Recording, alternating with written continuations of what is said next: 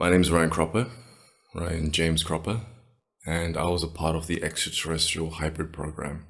It happened around 2012. I was initiated simply because they had caught wind of my activities during the late hours of the night.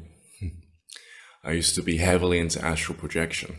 And of course, when you start to play with your energies in this way, you tend to attract the attention of a lot of beings, not just entities or ghosts on the other side, but also extraterrestrials, which I would later come to find were quite manipulative in their tactics. It was after a week of heavy astral projection attempts that they found me. I was laying in my bed and I was just letting my mind wander. Then all of a sudden I feel as if there is something on the floor, right on the left side of my bed. And so I look and I notice that there are 4 aliens, distinct aliens, walking through my wall.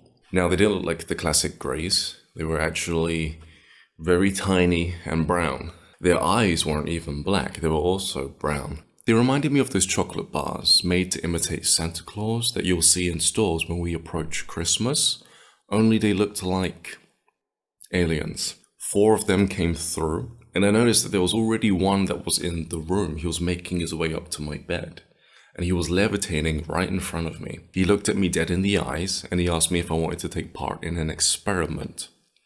Now, I'm really happy at this point of time. I'm thinking, oh my god, I've been selected by these higher beings to be whisked away off into space, never to be seen again by my family and friends, an adventure to the galaxies above. But I had to ask it a few questions first, and so I said, how long would I be gone for? Will you be cutting into my body or doing anything with my anatomy? And what does the experiment entail? What's the objective here? Now, after astral projecting for well over 20 years, I've come familiar with telepathy, especially when it comes to exchanging thoughts with a higher being or even a lower being. And so I'm noticing that when I'm asking this alien these questions, he's shielding his mind. I could feel that he was aware of the fact that I could feel his thoughts. And so he was trying to, deny me access. But he couldn't do this whilst levitating. And that's when I noticed that he actually wasn't an alien. Well, at least when it came to being true to form, he wasn't structured like an alien in reality. Because he couldn't hold that bulbous-like head with the chocolate-like almond eyes. He started to warp, kind of like water, if water was being suspended in air and had a dirty brown tint to it. And with this, his eyes started to bulge out massively. He started to show his little weird teeth.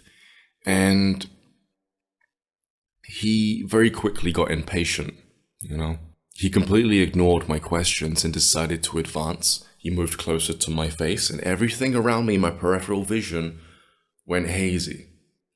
And then he performed what I'm calling a Jedi mind trick. He literally, I felt him inside my mind and controlling my thoughts, controlling my consciousness. Tried to make me be or act like someone that I'm not like originally. And very quickly, I understood what he was doing, because I felt my mind become perverse. And so I'm trying to fight it. And I'm actually quite judgmental, judging myself and these thoughts that I'm now thinking because of its influence.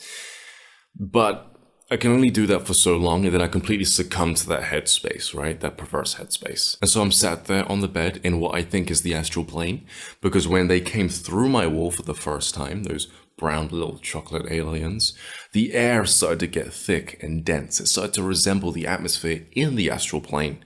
And so, of course, I'm astral projecting for weeks on end, and now this happens. I just come to in this weird space, seeing these things interacting with me. And so I'm under the assumption that I'm in the astral world. And that feeling only gets denser in the atmosphere when, whilst I'm sitting there on my bed, I witness this 7-foot tall woman walk through my wall, literally materialize herself out from the side of my wall. And I'm thinking to myself, whoa, she's huge, first off. She's very tall. She's not big. She's just much bigger than the average human that you'd see. She was all in proportion. She was very healthy.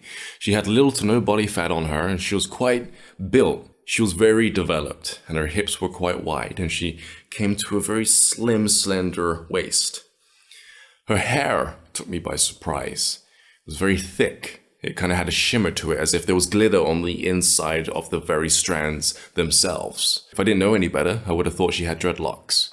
But they were actually the individual strands of her hair. They were really that thick. Her eyes were slightly further apart than usual. Matter of fact, there's actually an actress that's quite popular now. She was in the movie Split. She was one of the cheerleaders, who somewhat resembles the distance that this being had when it comes to her eyes being far apart. They weren't black, they were actually blue. The cornea of the eye was just much bigger than usual. And so she had the white part of the eye, the colored part, and the pupil. She looked at me, she walked on over, the alien moved out of the way, and then she sat on my lap. Now I could tell by her approach that the way that she usually does this is by interlinking with her mate telepathically, because she tried the same thing with me. And she did it, but she didn't like what she felt telepathically.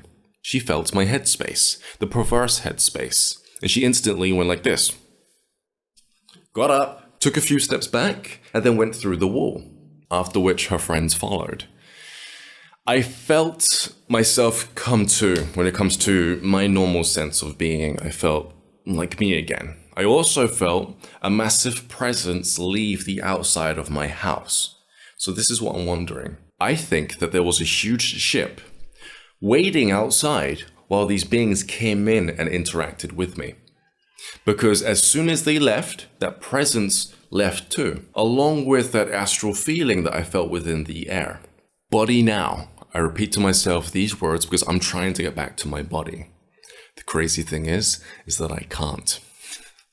I get up and I think to myself, is this reality? I start to touch the walls, and I actually specifically remember tapping the wall hard enough to the point where I felt pain in my knuckle. I go through my bed and I look for any remnant of the experience. A hair, any impressions in the mattress, anything that could hint to the fact that someone was in my room, or even a group of beings. But I couldn't find anything at all. And so I got up and I left my room, and I still thought I was in the astral plane, so I had to be sure. I knocked on my brother's door and he was playing his Xbox. I said to him, are we in reality? Are we awake? And he looked at me as if I was psycho and said, yeah.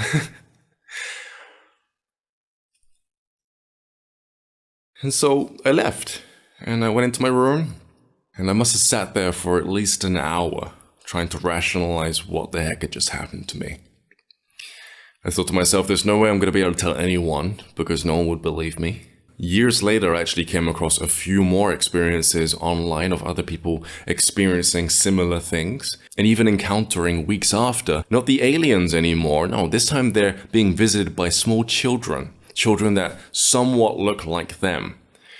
And so this was during the time in 2012 when Black Eyed Kids was a thing. When there were documentaries coming out talking about how children that looked like hybrids were visiting homes and asking to be let in.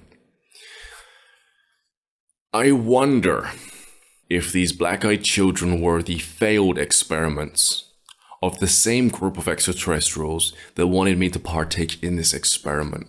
Because after a few weeks of my visitation, I too experienced bumping into children, only I only bumped into the one individual that showed up on occasion in the astral plane, not in the physical world. He didn't come to my door asking to be let into my household.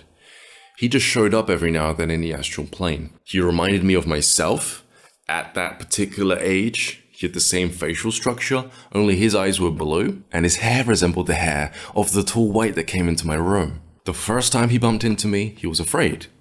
He was in my kitchen, and he tried his best to get away from me, to the point where his fear pushed me out of the astral plane. The second time, he just looked at me from a distance and then disappeared, and I haven't seen him ever since. Now, I'm not sure how it was even possible, to make another person. The experiment started and didn't go anywhere. Like I said, she was freaked out and she left. And so I wonder if maybe they managed to get some skin cells or something. Maybe they grabbed something on the way out, hair or anything. Or maybe they always had my blood. I'm not too sure, but somehow there could very well be the end product of their experiment out there. And so this was an encounter of the fourth kind. The fourth kind is when you actually interact with these beings physically. Most of the time, fourth kind encounters are abductions. People being taken from their room or from farms or from the middle of the woods. They could be on a hike and all of a sudden they disappear. But in this case, they just came in and they left. That's my story. Well, that's just one of my stories. I've had other encounters with extraterrestrials. A few of them, I believe, have also been physical flesh and blood encounters. I may very well disclose that information in the future on my YouTube channel. And so if you're interested in hearing of those stories, subscribe to my YouTube channel and make sure to click on that bell notification to be notified of when I post a new video.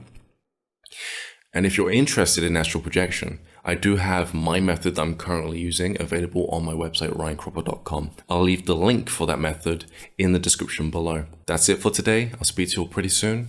Peace.